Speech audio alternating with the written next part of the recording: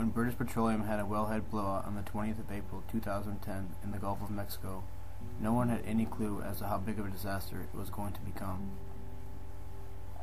The 11 dead and 17 severely injured crew members were just the start of this unforeseen tragedy.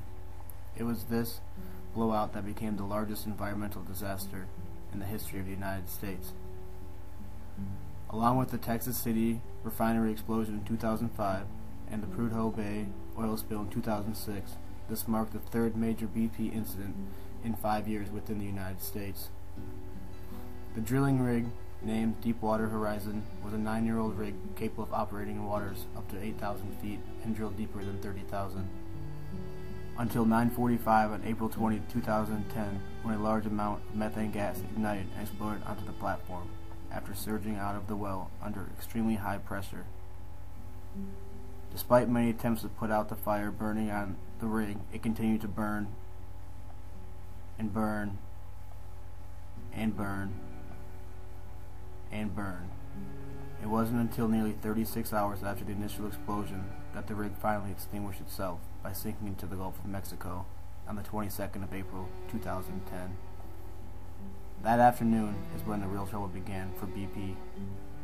Shortly after the rig had sunk, an oil leak was discovered when a large slick of oil started to cover the area where the rig used to float. It was at that time that estimations arose of how much crude oil was being leaked into the Gulf.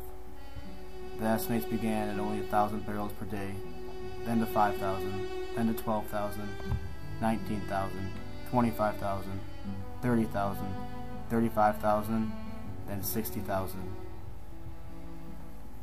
But it wasn't until June 15th when the United States Congress released internal BP documents stating that the flow could be upwards of 100,000 barrels per day, or 4.2 million U.S. gallons.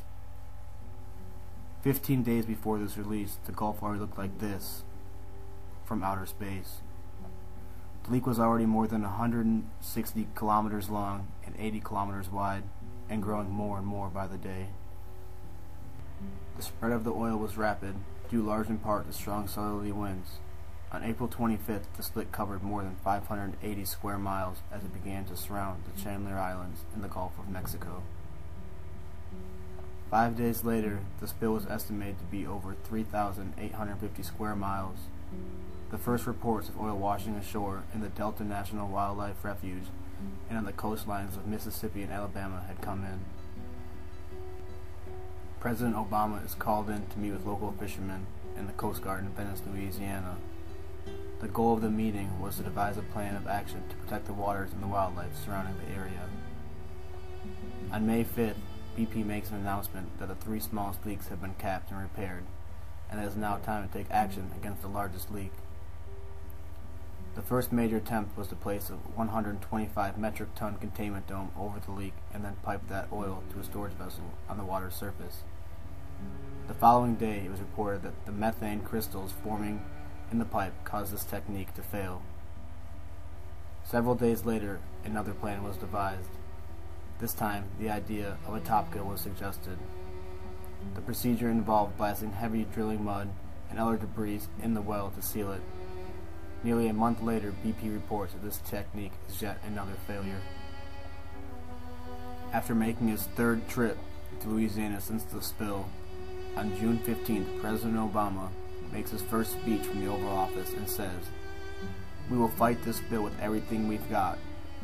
For as long as it takes, we will make BP pay for the damage their company has caused, and we will do whatever is necessary to help the Gulf Coast and its people recover from this tragedy." And pay they did. During a meeting between President Obama and BP CEO Tony Haywood, BP agrees to fund a $20 billion escrow account. 1 month later, on July 15th, the well is finally capped, and all oil spilling into the Gulf of Mexico is stopped at 2:25 p.m. Now that the well has stopped spewing some 62,000 barrels per day into the Gulf of Mexico, the real work began. The cleanup of the estimated 4.9 million total barrels that had been dumped into the Gulf. 3 strategies were put into place to protect the coastlines, marine life, and ecosystems that surround the Gulf. They were to contain it on the surface of the water, away from the most sensitive areas, to dilute and disperse it into less sensitive areas, and remove it from the water completely. Thousands of people volunteered to clean up the mess, while many Louisiana fishers signed waivers to offer their fishing boats and equipment to aid in protecting their environment and livelihoods. Floating oil containment booms were put in the water to corral the oil, or stop it from entering the marshes, mangroves, shrimp, crab, oyster ranch, and other sensitive ecosystems. The booms extend 18 to 48 inches above and below the water, and in total, over 146 kilometers were staged for development. However, they were not effective when waves are present.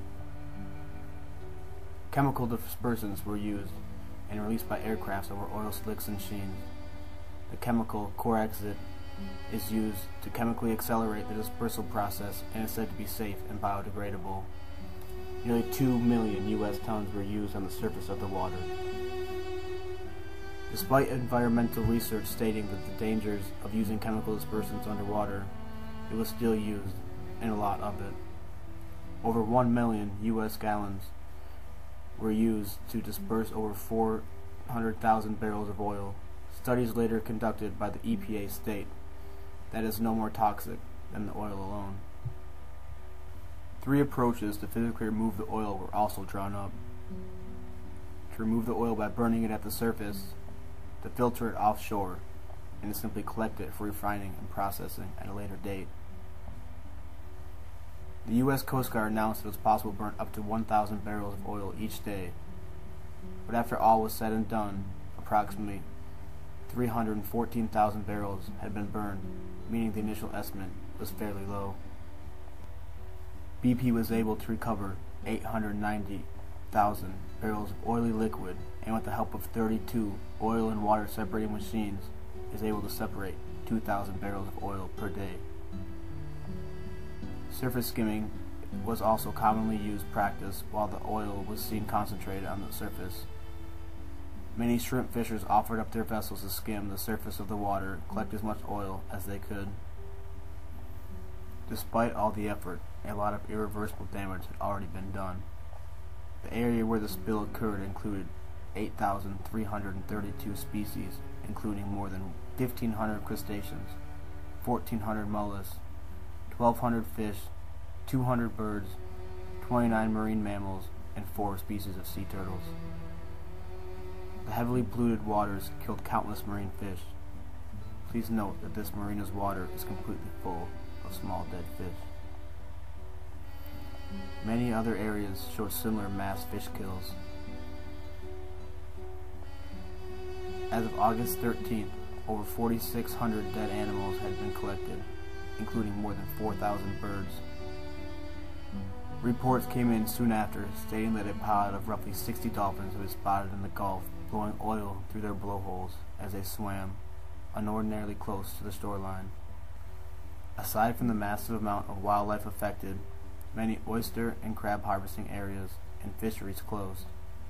On May 2nd, the National Oceanic and Atmospheric Administration closed both commercial and recreational fishing between the Mississippi River and Pensacola Bay. Initial estimates of losses to commercial and recreational fishing were set at $2.5 billion. Thousands of people had to close down their sport fishing businesses as well as the restaurants who stocked only fresh, locally caught seafood. Tourism was also heavily affected by the oil spill. Countless beaches were closed due to the mass amount of oil on the sand and in the water. On May 25th, BP gave the state of Florida $25 million to promote tourism to its unaffected beaches. But the U.S. Travel Association estimated that over a 3-year period, the lack of tourism will result in a loss of approximately $23 billion, despite the attempts to bring tourism in by lowering hotel prices and offering amazing package deals. On July 25th, BP reported a second quarter loss of $17 billion. This was its first loss in 18 years. BP gas stations around the United States have reported up to a 40% sales drop since the spill. This is due to strong consumer backlash and boycotts. By September 8th, BP had over 220 lawsuits filed against them and over 50,000 individual claims, of which 10,000 have already been settled, totaling roughly $80 million, or on average only $8,000 per claim. However, by early October, many had reported that they had only received a small fraction of the compensation that they had once requested. As of today, British Petroleum has done insurmountable damage to the environment, killed tens of thousands of Gulf Coast native species, prevented thousands of people from making a living, severely damaged the Gulf Coast tourism industry. They owe billions of dollars to countless individuals and are somehow still in business, and the oil is still on their hands.